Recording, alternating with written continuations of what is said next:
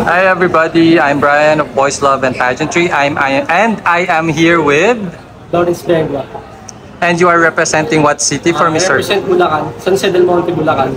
Alright, now kwentuhan mo naman kami, paano ka naging official candidate ng Mr. Grand? Of course, we go through a lot of fallback and screening, and because of that, we have an opportunity now to represent Bulacan at Mr. Grand Philippines. I was there, nandun ako nung nagpa-screen ka. Ilang araw yung lumipas bago mo nalaman na nakapasok ka?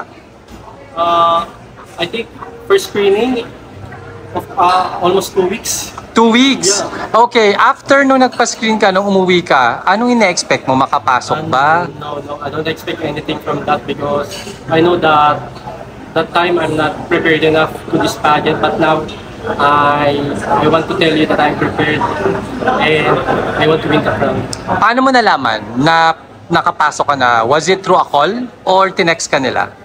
From chat. Chat? Yeah. Anong reaction mo nung nabasa mo na isa ka na sa official candidate? Of course, very proud to myself because I belong to this elite group of males of the Mr. King Globe. I mean Mr. Grand Philippines. Sinong unang pinagsabihan mo ng good news na official candidate ka? My girlfriend and my parents.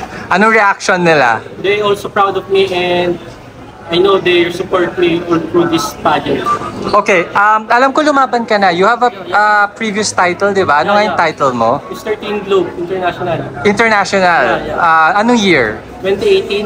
Okay, do you think yung experience mo dun sa international pageant na yon will help you win the crown dito sa Mr. Grand?